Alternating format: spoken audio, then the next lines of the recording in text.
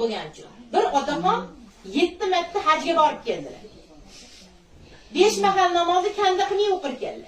Kechalari bir kun ham qoldirmay tahajjud o'qir keldi. 5 ta o'g'ilni eng kenjasi uyda qolgan. Otadan xabar olganini qarasa, otani chirog'i kechasi 2 da ham, 3 da ham yoqib turadi. Sekin oynadan borib, otam tuzumiklar, yaxshimiklar deb xabar olsa, ota tahajjud o'qiyotgan bo'ladi. Sekingina kiradi, o'g'il yana yotadi. Lekin ota kunlardan biri vafot etadi-yu, butun tumonatni yig'iladi-yu, qabrda go'r qazilmaydi. 7 marta hajga borib kelganlar, 5 mahal namozni kanda qilmay o'qinglar, tahajjudni qoldirmay tahajjudni o'qinglar, ro'zani tutganlar, hammasini qilganlar, zakotni berganlar. Lekin qabr ko'lanmasa o'sha inson. Nima deb o'ylaysiz? Aka-uka bilan urush. Ana endi aka-uka bilan urushmagan.